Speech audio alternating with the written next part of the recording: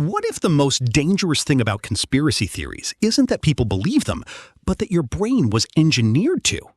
Not broken, not weak. Engineered. And before you say, not me, I'm too smart for that, that thought, that exact thought, is one of the reasons you're most at risk. Stick with me, because by the end of this, you'll never look at your own beliefs the same way again. 50,000 years ago, you're alone in the dark.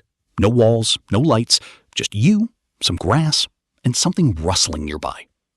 You have two choices. Assume it's the wind, and if you're wrong, you get eaten. Or assume it's a predator, and if you're wrong, you just look silly. Which ancestor survived? The paranoid one. Every time.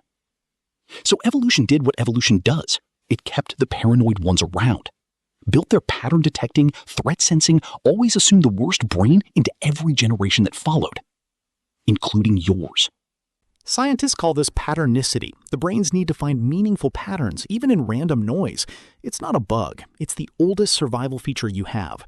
But here's the problem. That same brain is now scrolling Twitter, and it hasn't gotten the update that the lions are mostly gone. So your brain finds patterns, but patterns alone don't build conspiracies. Something else has to kick in, and that something is called agency detection. When something bad happens, a disease, a crash, a disaster, your brain doesn't just want to know what happened. It demands to know who did it. Because random chaos is terrifying. It means the world is out of control.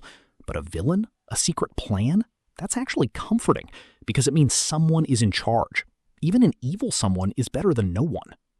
This is why every major conspiracy theory has a shadowy group at the center. It's not a coincidence. It's your brain's way of making the universe feel manageable. And here's the counterintuitive part. The bigger the tragedy, the bigger the conspiracy has to be. A massive event cannot have been caused by something small or random.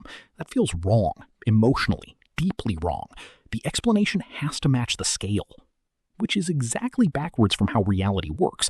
But nobody told your amygdala that. Now, this is where it gets really interesting, because your brain doesn't process information alone. Think about everything you know. The shape of the earth, how vaccines work, what's in your food. How much of that have you personally verified? Almost none of it. You believe what you believe because people you trust told you, because your community accepts it, because the sources you respect confirmed it. That's not weakness. That's called epistemic trust, and without it, civilization doesn't function. But here's the trap. The exact same mechanism spreads conspiracy theories.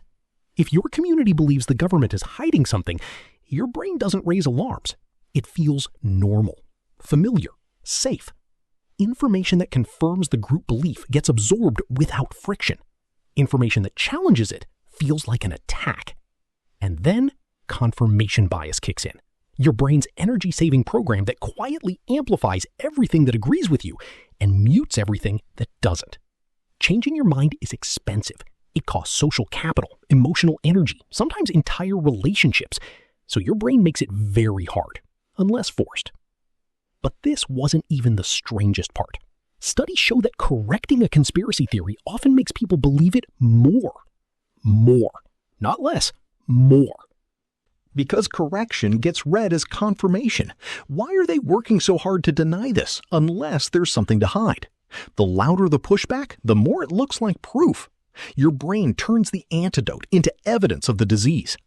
And the people most vulnerable to this aren't the least intelligent. Research consistently shows that conspiracy believers often score high on independent thinking, skepticism of authority, and distrust of mainstream narratives. These are, in normal doses, good qualities. They're just being aimed at the wrong target. It's called the conspiracy theorist's paradox. The same critical thinking that should protect you gets hijacked, pointed at the one explanation that makes you feel smart, awake, and ahead of the crowd.